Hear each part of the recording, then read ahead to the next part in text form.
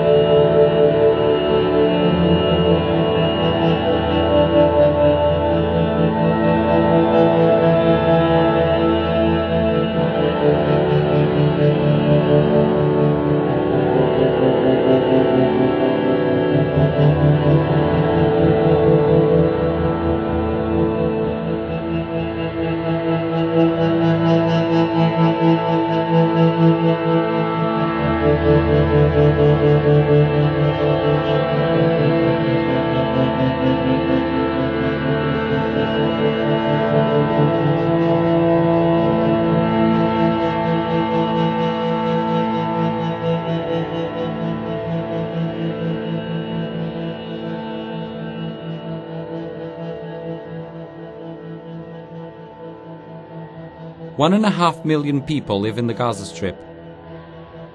That's 3,500 people per square kilometer, making it the most densely packed inhabited area in the world.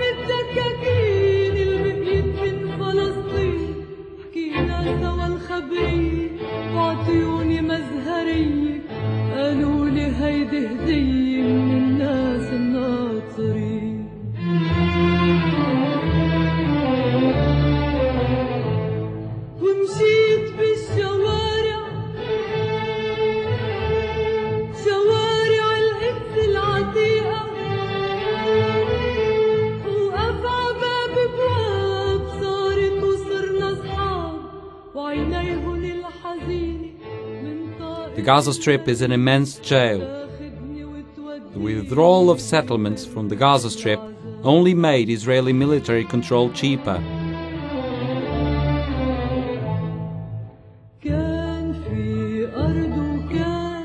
We are under the Israeli occupation. It was direct occupation in the past, but now it is indirect.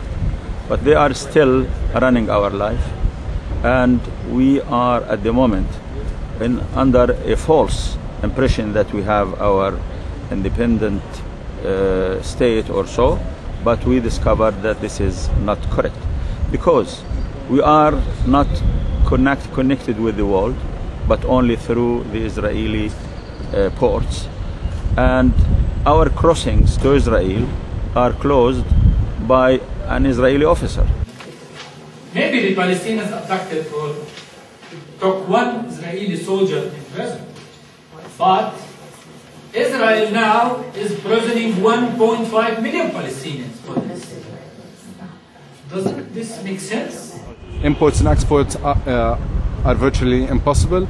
You've got more than 30 factories which relocated outside of the Gaza Strip because they could not import raw material for them to pursue their industry. You've got no production, you've got many factories that closed, and many others who have relocated forever, I'm afraid. In Gaza, the people, they have no agriculture inputs. There is no fertilizers. There is no any chemicals. And the reason now is security. They said, no, maybe the Palestinians will use the fertilizer to make any bomb or something. It's not a matter of security that the Israelis forbid our goods to get into Gaza, especially to Gaza, not to West Bank. Our goods are well checked by the Israelis in Ashdod, and it is passed.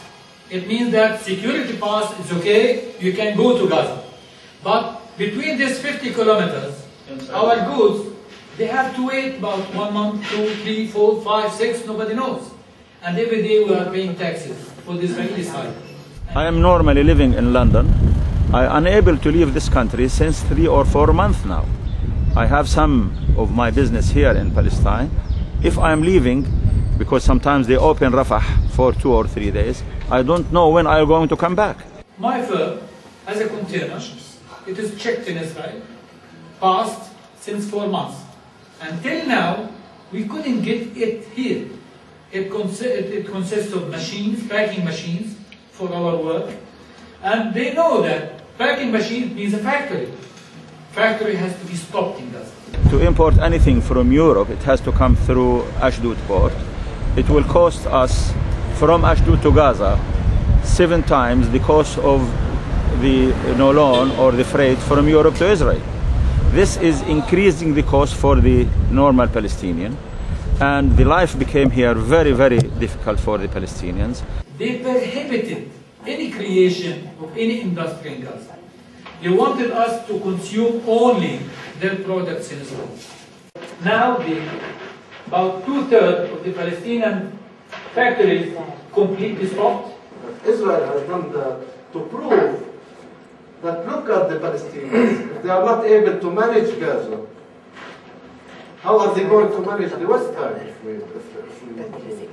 The problem is that we don't see really intention from Israel to make the moderate Palestinians succeed. Everything in Gaza began to collapse. We became, how to call it, I'm ashamed to tell you this, we became bigger. We are beginning.